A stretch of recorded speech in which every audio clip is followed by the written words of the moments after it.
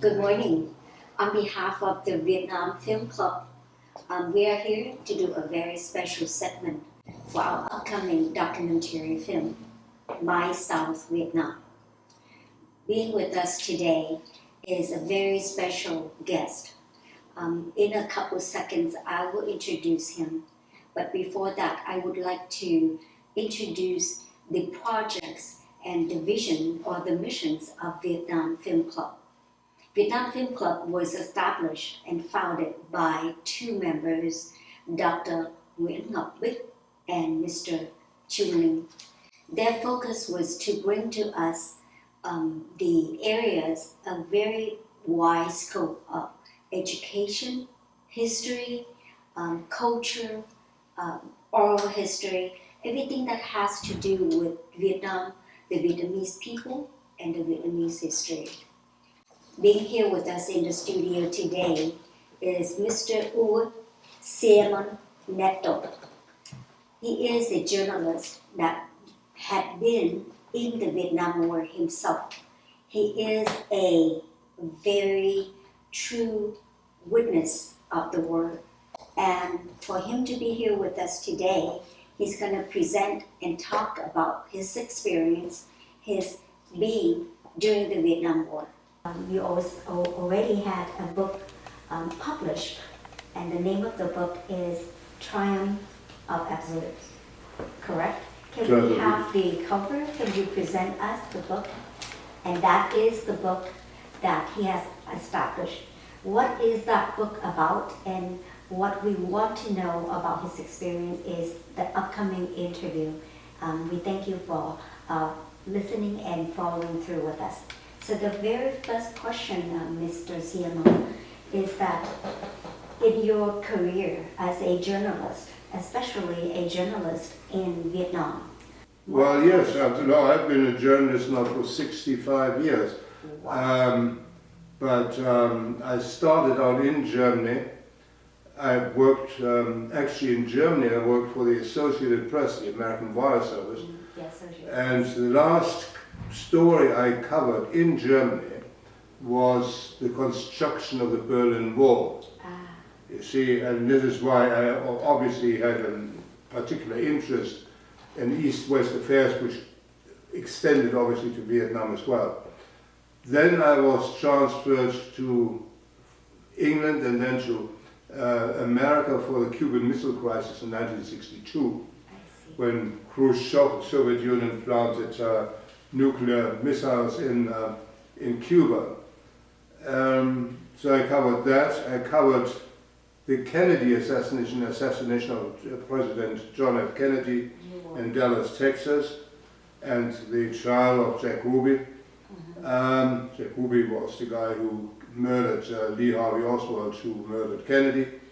Then pretty soon thereafter, Vietnam began to cook up as a major topic in the East-West debate or the Cold War. And Vietnam became, that is my view of the Vietnam War, the hot extension of the Cold War between East and West, between communism and democracy. So I went to Vietnam, fell in love with the country, and on and off I spent 5 years. And I wasn't one of those journalists who always spent the war years in Saigon bars. I actually went into combat. And the most important story I covered in Vietnam, and that is where this photograph here was taken, was during Tet Mau Chan in 1968 in Hue. Okay, well, we can discuss that later, of course. And then, of course, I had others. I covered the Middle East wars. I covered all sorts of things. Then I was, for a while, I was managing editor of a newspaper in Germany. Then I came back, and later, because of my impressions, at least my impressions of war, much later studied theology and did a master's degree in theology, where I wrote a theology for Vietnam veterans called The Acquittal of God. And then I did my doctorate in theology at Boston University.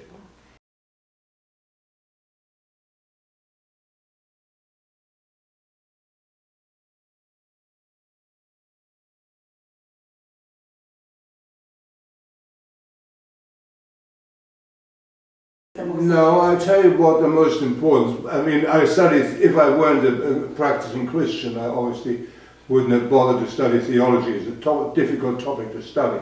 Right. But the main thing is being a journalist and being a theologian. If you do your stuff right, is in both cases you have to be curious.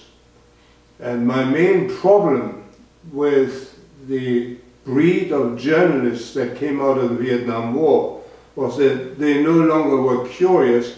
They wanted to tell people how to vote and how to think instead of just reporting. Well, theology is the same. You wouldn't study theology unless you were not curious about that. It requires curiosity for both fields. Well, both things. I mean, you wouldn't be a journalist if you couldn't write. Right. Or if you couldn't write fast, or couldn't research. Mm-hmm. And you wouldn't become a theologian unless you could think in philosophical, theological terms, right. and unless you took it seriously.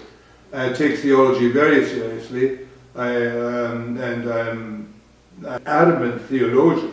Mm-hmm. But that is probably, I'm probably the only Vietnam War correspondent to my knowledge who later became a theologian. In each of the page of the book, Triumph Absurd, Yeah. you painted a picture of these pain that being suffered by the Vietnamese people, the trauma that they had gone through, and then you embraced the people. Yes. What prompted you? Well, that is precisely the point. No, there are two different approaches of journalism. The one, the type of journalism that I was trained in, which took an interest in the people, in this case the Vietnamese people. And if you take an interest in the people, obviously you are not identical to Germans or Americans. You want to study their history, right, and their culture. You want to study Confucianism. You want to study the background of Vietnamese communism. Why Vietnamese communism? I hope we're going to be able to discuss this today, because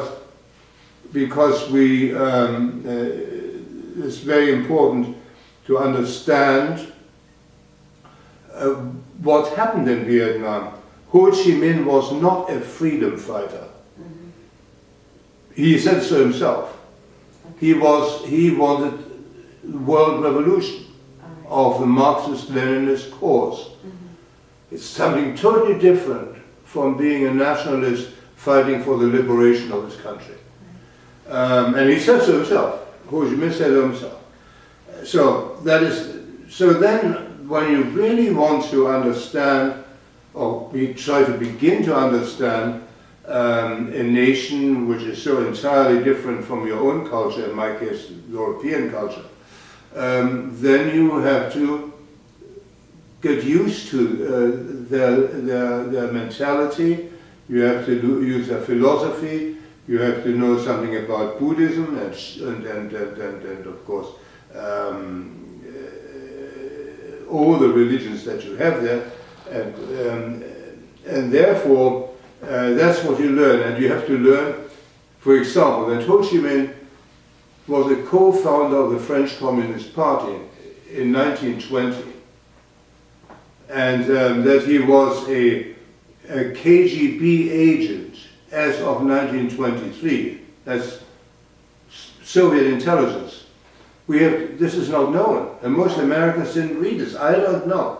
Now, I want to ask you though, in your book and in your journey of being both the journalist and also theologist, killing is an act of self-defense in many different ways, but in America, the legal system depicts killing as an act of crime. It is a crime, but for the communists, they executed the killing and they think of the action as an execution of the government policy.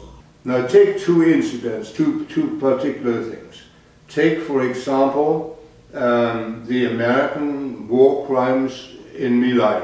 You know, My Lai, when they slaughtered the village population. Right.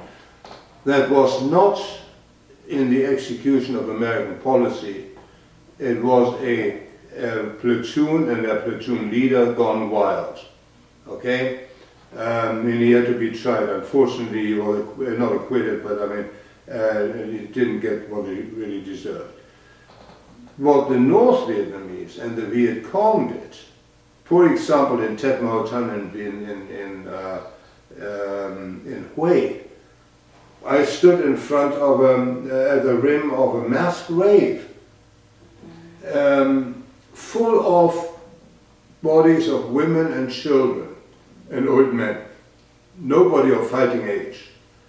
And the mass grave was found because this was Tet, so the highest holiday, everybody was beautifully manicured, and the women were buried, many of the women obviously were buried alive, and they tried to claw themselves out of the ground, and they found the fingertips, sort of like asparagus coming up from the ground, you know, and then they collapsed and they died. Right. So slowly. right. That is a war crime which was part of policy, because it was terrorist policy. Or if the American legal system think killing or those are a crime, but the communist government think of that as their... No, they all do. So why did the international media not ignore all that, international ignore media. that? If you allow me to elaborate just a little bit on that. All right. There were two types of journalists, foreign correspondents. Those who actually bothered to, or took an interest in the Vietnamese people, and those who went into combat. And then there were others who covered it from the bars of Saigon and hotel lobbies. Only 30% of all Vietnam correspondents, American and foreign correspondents in Vietnam, went into combat. Only 30%, 70% never left Saigon. So they were filled with ideologies. This was the breakup of the American media system, where it was no longer required to do proper research. They already knew the answers. For example, when I told you about this mass grave, I was taken there by a friend of mine, Peter Brayshaw was his name. He was the Saigon bureau chief of the Washington Post. And as we arrived there, looked at the site, there was an American television team stalking around this grave. And Peter Brayshaw said, why don't you film this? And you know what these guys said? We're not here to cover anti-communist propaganda. Wow. Yeah. So nobody actually... It's a different profession. I see. You know? It's like a butcher becoming a baker or something, I don't know. Or a tailor. You cannot...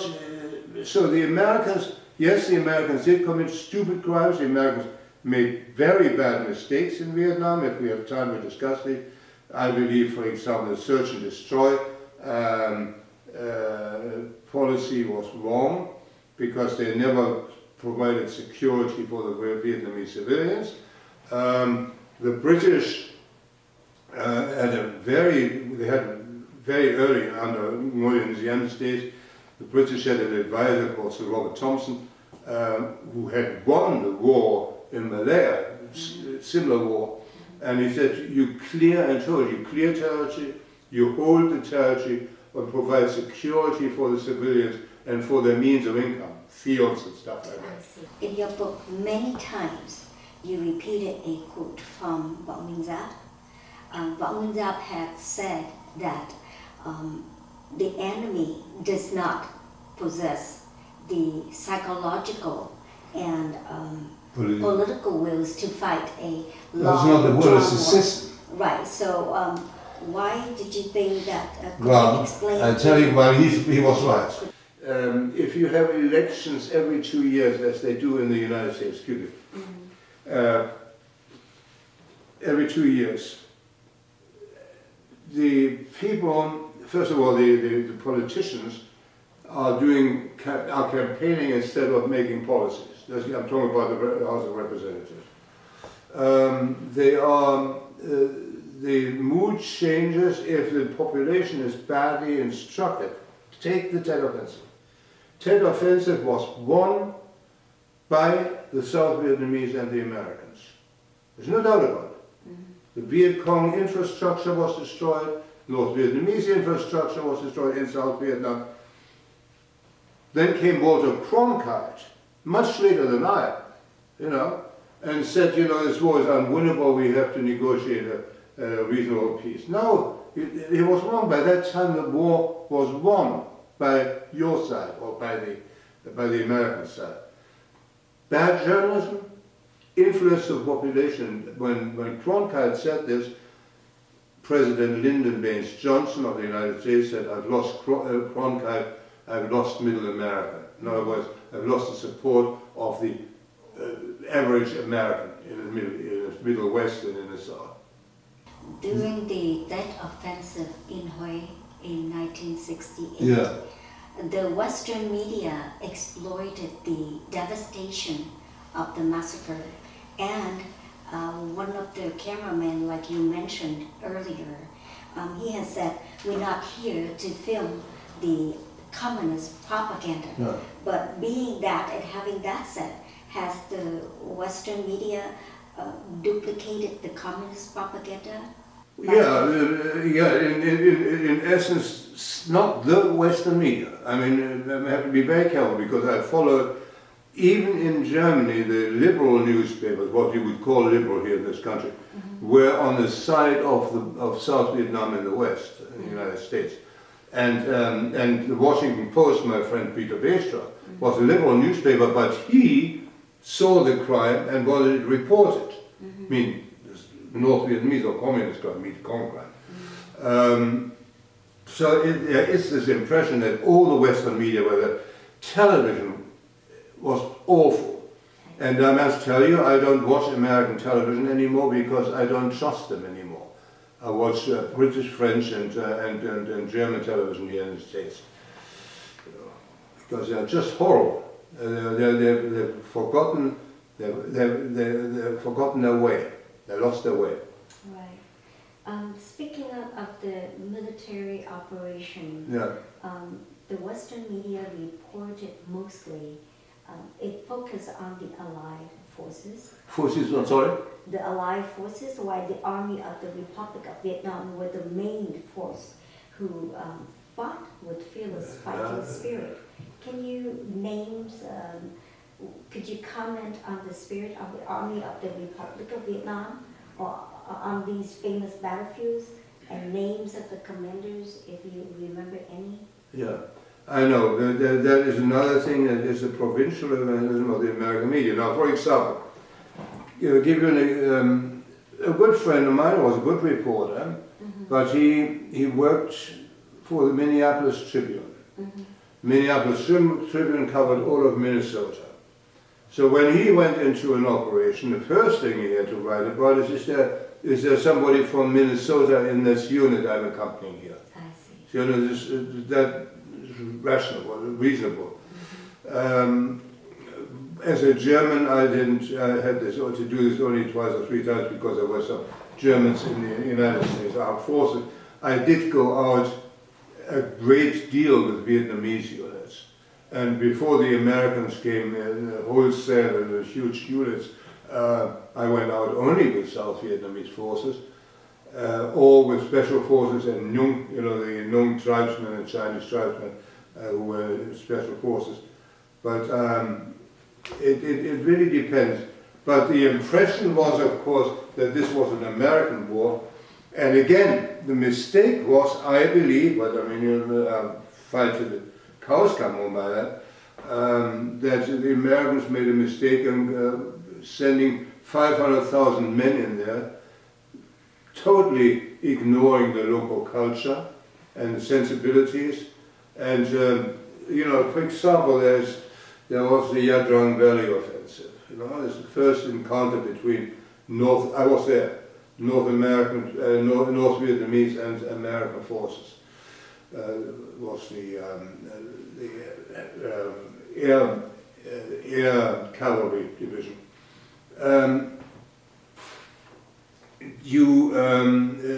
They fought the mainland forces, then withdrew, and at night the villages and small towns belonged to the Viet Cong. And I came into a village. Do you remember the name of that village? What? Do you remember the name of that village? No, I don't have the name of that village. It was tiny, but it was, I think I flew into Quang Tri, and it was somewhere in my book. Okay. Then you have to read your book, right? Yeah, you have to read the book. And by the way, it's out in Vietnamese too. But it was a tiny village, and I was with special forces, with a special forces team, and we were called into this village. Mm-hmm. In the evening, an American unit had cleared out of the village, taking everybody, and then cleared out, and then the Viet Cong came at night and hanged the village chief and his wife and his entire family in a gruesome fashion, as a warning to the entire population of the village, saying, if you cooperate with the South Vietnamese government, because the village chief had been on the side of the South Vietnamese government, it was Nguyen Cao Ki in those days.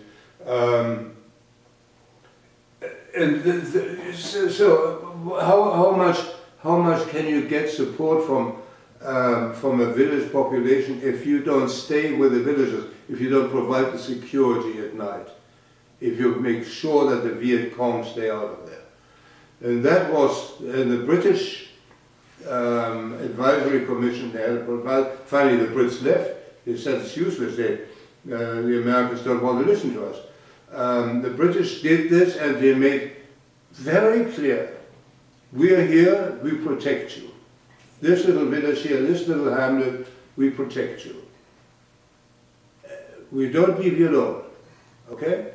And it doesn't matter how many communists swing from tree to tree in the jungle, as long as they're not in your village killing your civilians, and as long as they don't prevent you from growing your rice. And that was the main issue, I think. And I have to tell you this, these liberal intellectuals, Mac George Bundy, all these people, Kennedy, Broughton, and Johnson, they had no idea of warfare, they had no idea of Southeast Asia, they didn't know the difference between a Vietnamese, a Chinese, a Cambodian, or a Thai. But they had their ideas from their universities, you know. I see. They used to be called eggheads. I know, that is another thing, that is the provincialism of the American media. Now, for example, give you a good friend of mine, was a good reporter, but he worked for the Minneapolis Tribune. Minneapolis Tribune covered all of Minnesota. So when he went into an operation, the first thing he had to write about is there somebody from Minnesota in this unit I'm accompanying here? I see. So, you know, that is reasonable. As a German, I had to do this only twice or three times because there were some Germans in the United States Armed Forces. I did go out a great deal with Vietnamese units. And before the Americans came in, wholesale, there were huge units, I went out only with South Vietnamese forces, or with special forces and Nung, you know, the Nung tribesmen, the Chinese tribesmen, who were special forces. But it really depends. But the impression was, of course, that this was an American war. And again, the mistake was, I believe, but I mean, fight to cows come home by that, that the Americans made a mistake in sending 500,000 men in there, totally ignoring the local culture and sensibilities. And, for example, there was the Yadrang Valley offensive. It's the first encounter between North American, North Vietnamese and American forces. Was the air cavalry division.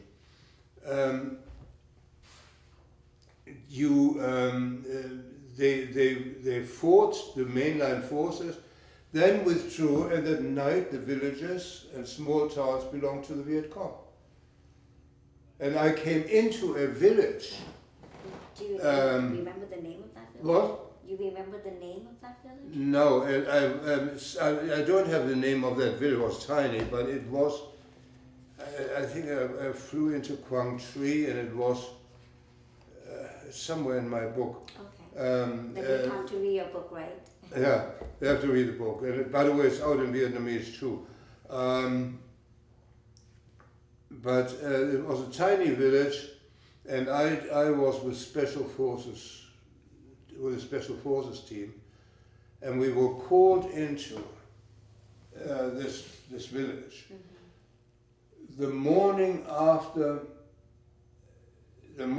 In the evening, the American units had cleared out of the village, taking everybody, and then cleared out, and then the Viet Cong came at night and hanged the village chief and his wife and his entire family in a gruesome fashion,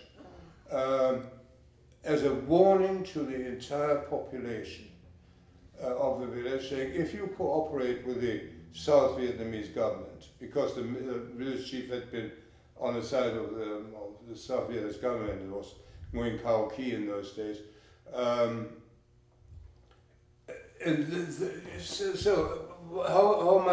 How much can you get support from a village population if you don't stay with the villagers, if you don't provide the security at night, if you make sure that the Viet Cong stay out of there?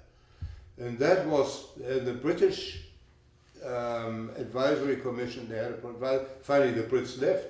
They said it's useless. The Americans don't want to listen to us. The British did this, and they made very clear: we are here, we protect you. This little village here, this little hamlet, we protect you. We don't leave you alone, okay?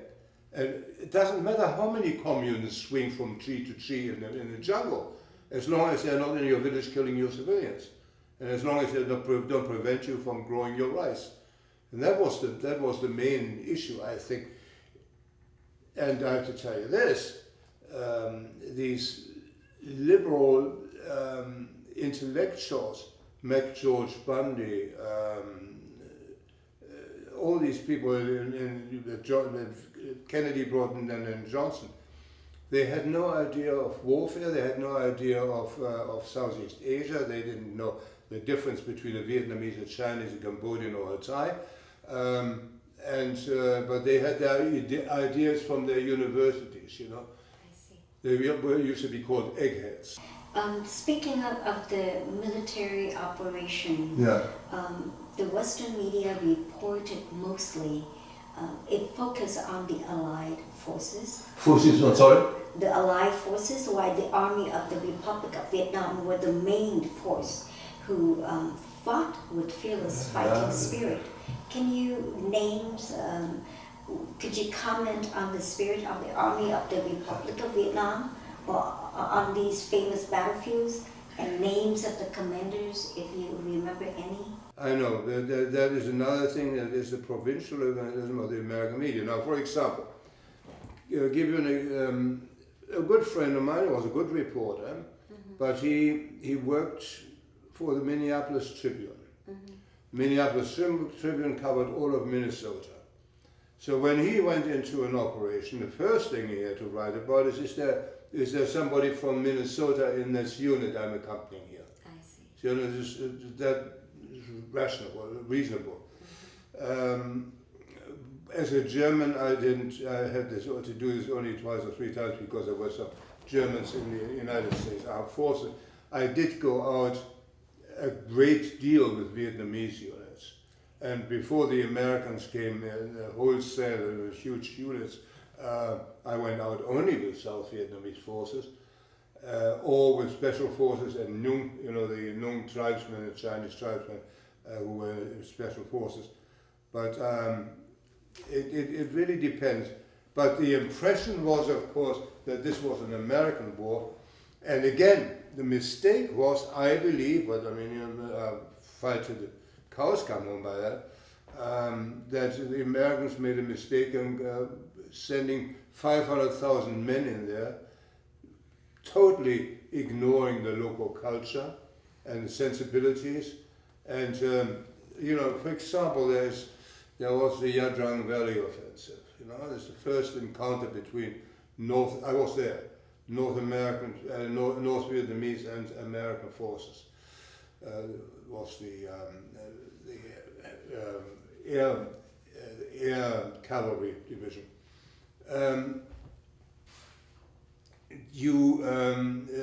They fought the mainline forces, then withdrew, and at night the villages and small towns belonged to the Viet Cong. And I came into a village. Do you remember the name of that village? What? You remember the name of that village? No, I don't have the name of that village. It was tiny, but it was, I think I flew into Quang Tri, and it was somewhere in my book. Okay. Then you have to read your book, right? Yeah, you have to read the book. And by the way, it's out in Vietnamese too. But it was a tiny village, and I was with special forces, with a special forces team, and we were called into this village. Mm-hmm.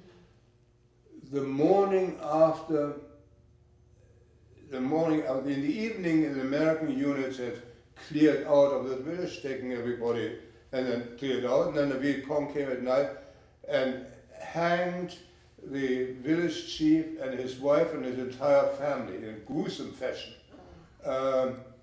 as a warning to the entire population of the village, saying, if you cooperate with the South Vietnamese government, because the village chief had been on the side of the South Vietnamese government, it was Nguyen Cao Ki in those days.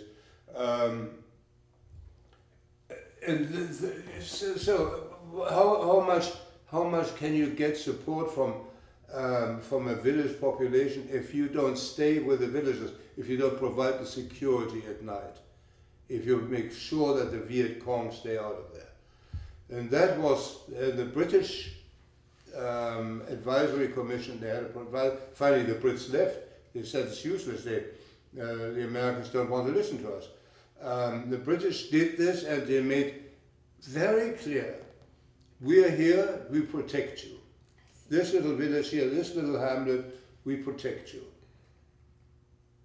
We don't leave you alone, okay?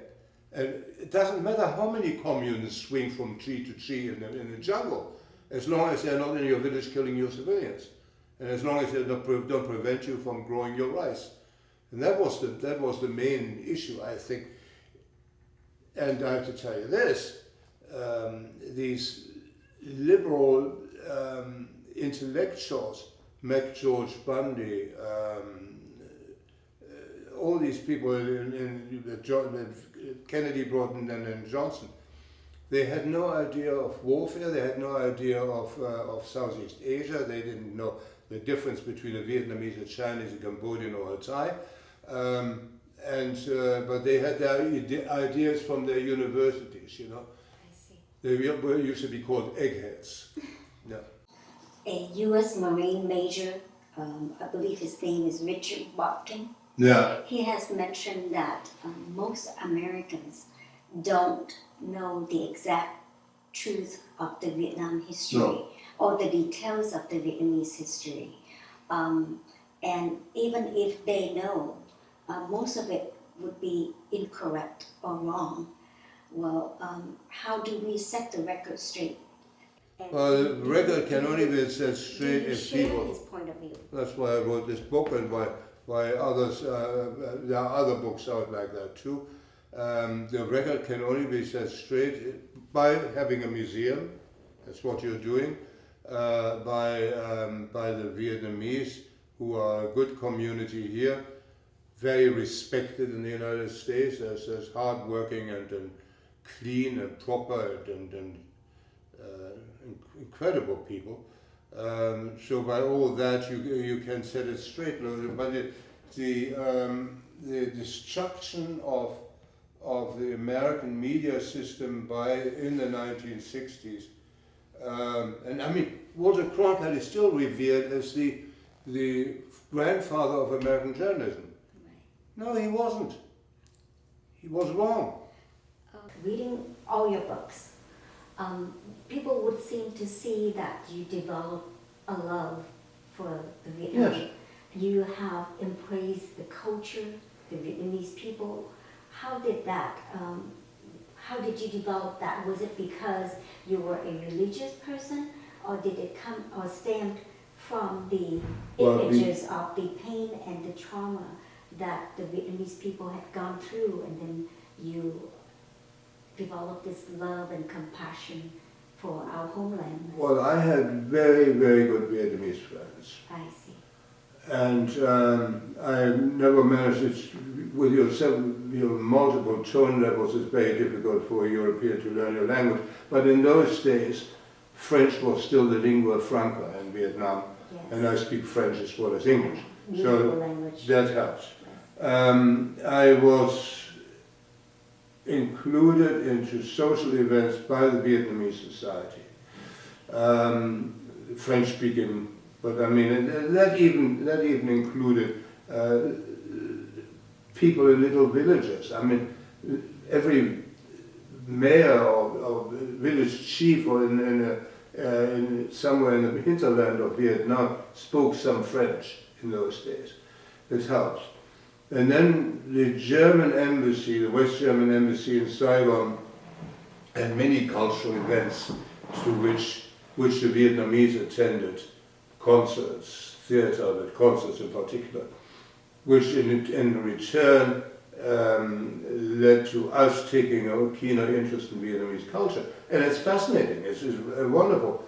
I was saying this to a beautiful lady. It's wonderful, I have wonderful memories of looking out of my hotel room in Saigon in the morning with all these beautiful women in their REIs floating down to the main drag at the former Uwe, today it's called something else. It was so enchanting. It was enchanting to sit down with Vietnamese friends and discuss the difference in our culture, not in a superficial way, but really profoundly discuss these things and what we had in common, and listen to them. So I fell madly in love. I thought it was fantastic. I thought I found Vietnamese soldiers, some of the Vietnamese soldiers I went into combat with were, and so one develops an affinity. They're vulnerable, and it's not your job as a reporter to ridicule them, but it is to feel empathy for these people who didn't want this war themselves. It's not the South Vietnamese who started this war. It was the communists who started this war, and the reason was basically the Soviet Union more than China. And Ho Chi Minh was a part of the Soviet. He was, what most Americans don't realize, that Ho Chi Minh, even before World War II, was sent by the KGB, or by Comintern really, to China and Shanghai and then later closer to Vietnamese border, to destroy the Vietnamese nationalist movement from within, so that in the end the only opponents of the French in Vietnam were the communists. The thing that I want to mention at this point is you are a witness of the Vietnam history. And in your opinion, what would be the best way to preserve this truthfulness or this truth about the Vietnamese history and keep it alive, especially for the future generations. What you're doing, in a way, what I've been doing, what you're doing is very important. There should be good films about Vietnam.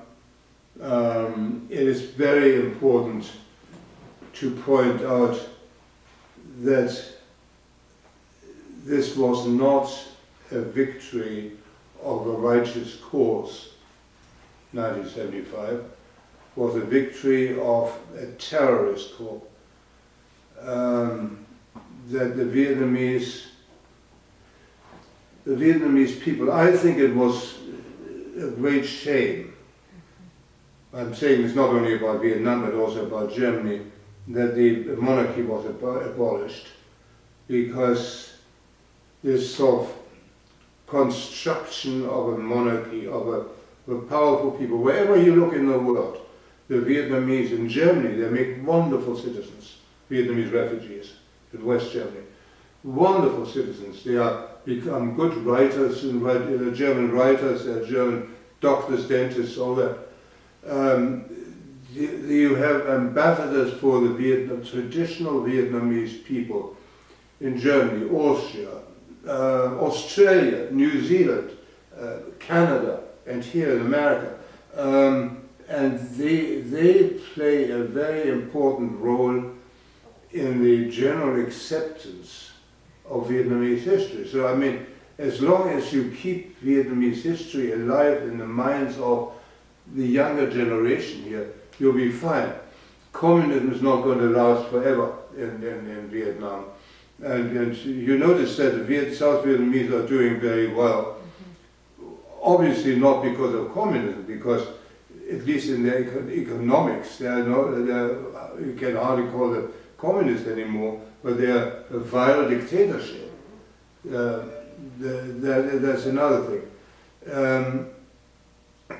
That, you see, especially in the United States, you have to realize that many Americans don't think in historical terms, or of other nations in historical terms, you know? I mean, most Americans, or even those Vietnamese, those Americans who served in Vietnam, drove through Hai Ba Trung Street and don't know who Hai Ba Trung were, you know? It's very important. Those two sisters. This whole thing is not properly taught. The American soldiers who, like now in Afghanistan, they had no idea about Afghan history. And I don't think many American journalists had any idea about American Afghan history. Same in Vietnam. We all had, at least the more educated of foreign correspondents, had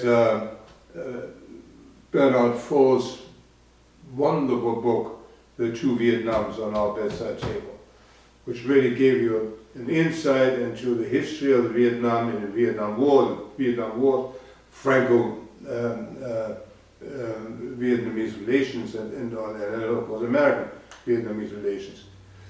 You had to read this. If you don't read these things, then don't bother go to a country and behave like a yokel, you know. And don't dictate them what to do. You know, for example, I remember flying on an American aircraft, military aircraft, C-130, between an American GI and a South Vietnamese soldier. And the South Vietnamese soldier had a bird cage and a canary in the bird cage. And that was his only possession in his entire life. His entire family had been killed. You know, all of them. He had nobody left. He was on his way back to combat, the other guy. And because this guy spoke a little French, I could talk to him, and I explained to the American soldier about the life of this Vietnamese comrade there, the fighter. He said, why is he carrying this bird with him? It's his only friend, his only possession. He doesn't come out home, but then of course, Americans experienced pretty soon thereafter that they were bad-mouthed by their own civilian people when they came back here, being called baby killers. I worked as a chaplain. This is in fact my report about this book called They Could Have Got a Theology of for Vietnam Veterans. American GIs were badly treated, but at first they had no idea what the life was like. Very delicate matter to discuss. I often went to those Saigon tea bars, they were called, okay? All up and down Tuzo and the side street, there were bars. There were girls, they were not the most beautiful girls, and then they were bar girls and you could buy them. Nobody asked why they were sitting there. It's not because they found big GIs particularly beautiful, but they were widows of Vietnamese soldiers who had fallen in combat, and they didn't get any pension, and nobody looked after them, so ultimately they were forced. So you get a totally different outlook. They had no choice but to work in a Saigon bar. To support themselves, to sustain themselves. To feed their children. These things, you cannot go into a country and then boom, boom, boom, say here we are big boys, and then not learn anything about the Vietnamese culture, or even be disrespectful about them. We talk about the characteristics of the Vietnamese people. Sorry? You talk about the characteristic of the Vietnamese people, Yeah. how beautiful they are. You also have mentioned some characteristic of the GIs, the Vietnamese soldier. But during the 1975 invasion of South Vietnam, of Saigon, the communists terrorized the Vietnamese certain people because these residents would not follow them or adhere to their policy. Okay. Now, is that me terrorizing people? Is that a particular characteristic of the communist guerrilla warfare? It's part of a communist dictatorship. It's the so-called dictatorship of the proletariat. Don't think they were any better in Russia, or they were any better in China, or in East Germany. Well, East Germany, at least they didn't fight, but I mean, I was driven out of East Germany because I belonged to the wrong class. Look, you know what's happened in North Vietnam when Vietnam was divided. The land reform, the agricultural reform. What was it, 500,000 farmers killed? They are not Buddhists and they're not Christians. They are not. These are people who are ruthless killers. And this the Americans never understood this. They never reported what has happened in North Vietnam after Ho Chi Minh won the war against the French Dien Bien Phu. Again, many of them, one reason why the French lost that war was that the communists in France and the socialists in France didn't supply their troops or sabotaged the ammunition supply to their troops in Vietnam. There's a lot of very bad stuff going on in France, and here in America, the left-wing liberals, Let's talk about the American withdrawal from Vietnam. Yeah. Was it because of the war toll itself, the anti-war government movement, or the hypocrisy of the United States politicians pressuring the Congress to cut the aid, and then the consequence is the fall of Saigon? Well, we talked about that previously already. When the media portrayed South Vietnam as a corrupt country. There was a lot of corruption going on in South Vietnam. But talk about America, where 5 of the last 7 governors of Illinois are in jail for corruption. I mean, so they haven't had a war inside their country. Okay? So that's one of them. The elections, when were they? In 67 or 67 or 68, we had elections there, which the Viet Cong tried to torpedo. The guts the Vietnamese had to cover these elections.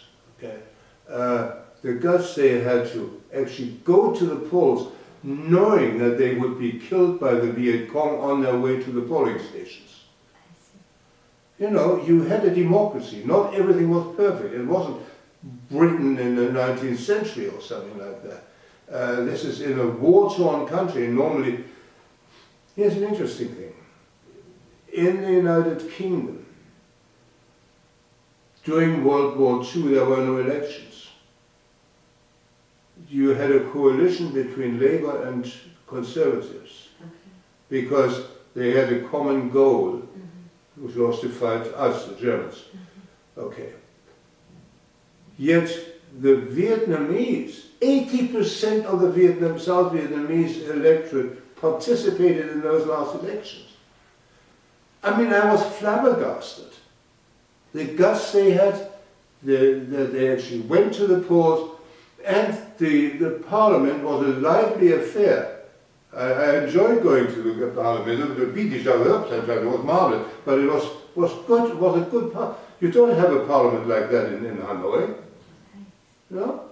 But this wasn't reported. It didn't seem, you know, when I came back to America after the Vietnam War, after having covered the Vietnam War, they said, well, you know, it's such a corrupt country, why do we always link with corrupt people?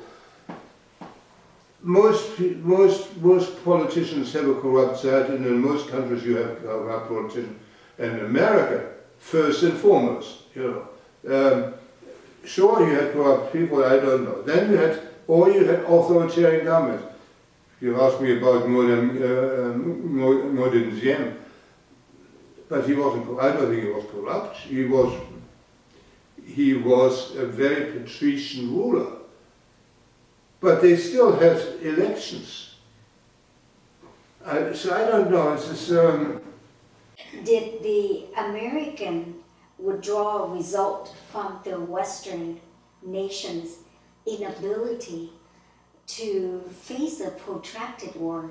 Hence, they invented the so-called peace with honor, which President Nguyễn Văn Thiệu has called it peace of the Greeks. you know, they cannot fight a protracted war because the people get bored with it.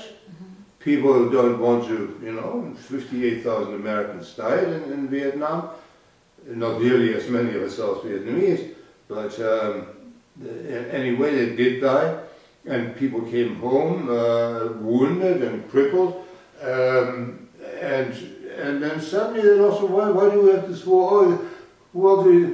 It came down to in effect, I spoke to many Americans. I was in America later as a foreign correspondent.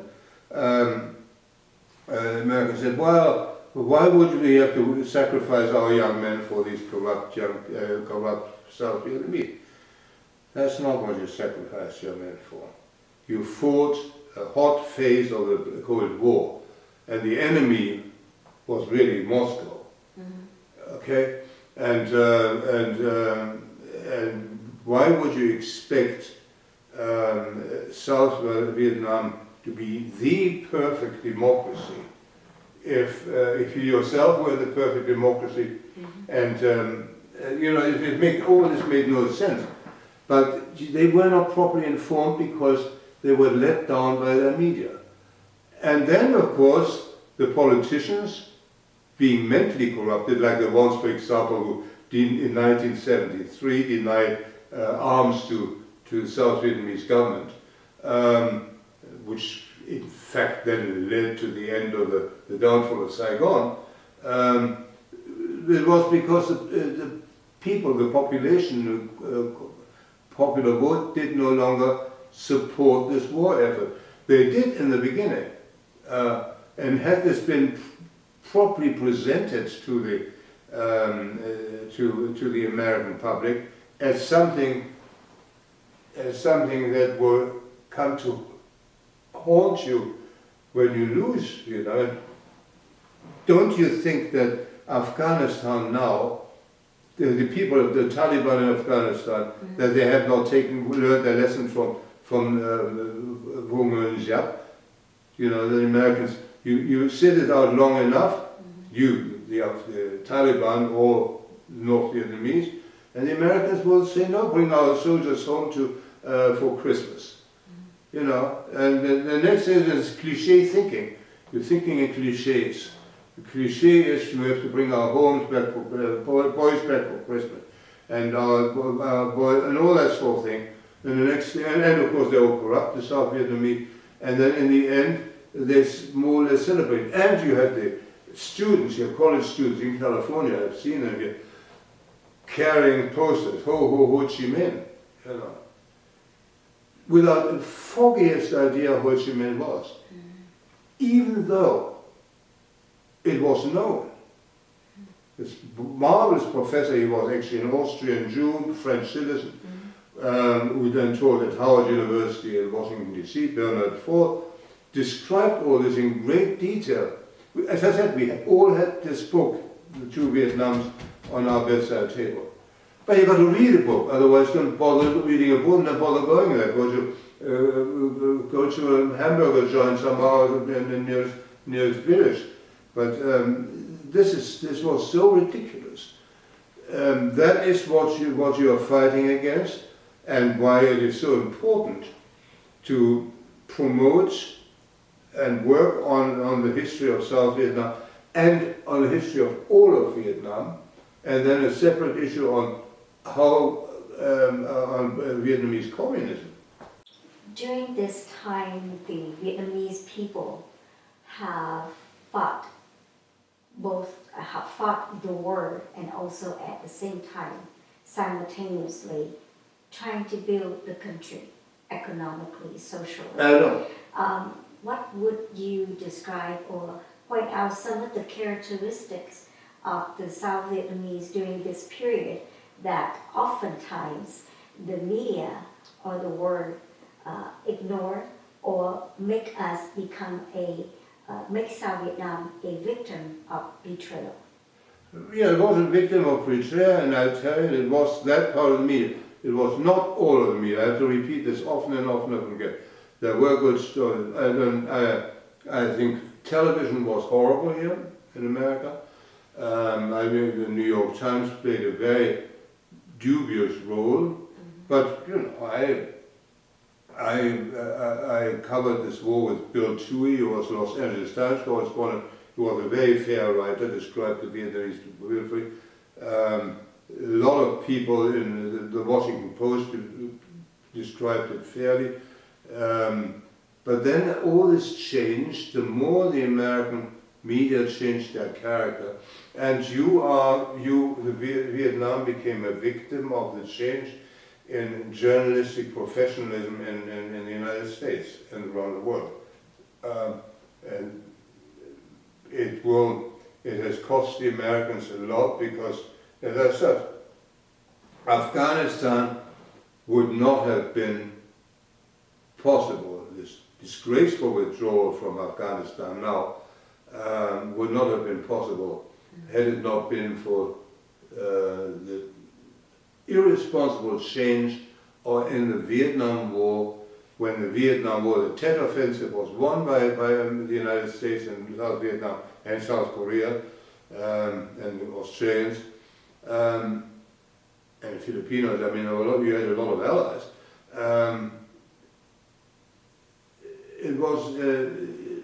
This wouldn't have been possible. There would have been a totally different policy towards Afghanistan had they thought straight in Vietnam. You see, I mean, this is how history goes, especially in our era of communications, fast, instant communications. And you say, well, you could word for word, when I followed the developments in Afghanistan and compare them with the developments in Vietnam. Every word, you just had to exchange the words. You said Vietnam, you would have written Afghanistan. Corrupt government, corrupt regime. Our allies are not prepared to fight. No, they're not prepared to, they were prepared to fight. Till the very bitter end have they fought in the South Vietnamese. But then, of course, they had no guns. And they had no air support. So that was the end of that. We talk about the Tet Offensive in Hue, 1968. We talk about the withdrawal, the long withdrawal, and the victim of betrayal, the certain Vietnamese, the trauma, the suffering, the pain, and we talk about your book. Now, was there anything else that you would like to add so that your thoughts, your experience? One thing that applies to American public more than to the Vietnamese public, or listeners, and that is you've got to get your ducks in a row if you want to survive as a democracy, and you have to see that you cannot fall for your own propaganda. That's number one. The other one is that a nation with such a long and interesting history like Vietnam will ultimately fall on its feet again. Economically, Vietnam has already. You have faithful Vietnamese here in the United States and in Europe and Australia who can support it. It will take some time, but ultimately, unless you give up on your history, and if you give up on your history and the comfort you receive from the history that you have learned at school or on your father's lap, but if you want to give up on that would be dangerous. But you're not doing it. You're like this museum now. You're promoting the study of Vietnamese history, and the Americans are well advised to not view other nations as superficially as they have done. I mean, the Americans, I admire what the Americans have done in Europe, for example, immediately after World War II. I admire the sacrifices they made in Southeast Asia and Vietnam and Laos and elsewhere. But then you have to find, through social media and other means, ways of correcting false impressions given by bad journalism. Bad journalism, you have to train journalists properly, but you must train journalists so that even if it's unpleasant, they stick to the truth, they stick to research, they're neutral, and then let the readers decide what's right and what's wrong. You know, and this quote you quoted Roman and Jacques. I think I changed the title of my book. Before it was called Duc, because I was a German. I am a German. But what Jacques wrote is, the enemy, meaning the West, does not possess the psychological or political means to fight a long drawn-out war. And probably the best Vietnam War correspondent was a colleague of mine, Albert Weinstein. He was a reserve general in the West German Army, Frankfurt Allgemeine. And here he summed up when Saigon fell, America could not wait. That's the key sentence. And it cannot wait unless they change the election cycles so that people can actually do some serious thinking. Every 2 years you're campaigning. First year you learn the trade of being a representative, a congressman. The second year you're doing an election campaign. They can never focus long enough. You know, senators are a different kettle of fish, but this is the thing, and it has to be done. In the meantime, the South Vietnamese must. Those of you abroad, you're young enough, you must preserve the treasure of Vietnamese history. To vote, for example, just me turn this off. You have to preserve your history. You have to promote your history. You have to make your various dynasties known to the general public, even to the young Vietnamese here. I mean, do they learn about the various Vietnamese dynasties in schools here? What about Vietnamese classes or temples or whatever? This has to be taught. History is the most wonderful thing, and it defines a culture, and it defines a civilization. And if you lose your sense of history, you lose your sense of civilization, and ultimately we become uncivilized.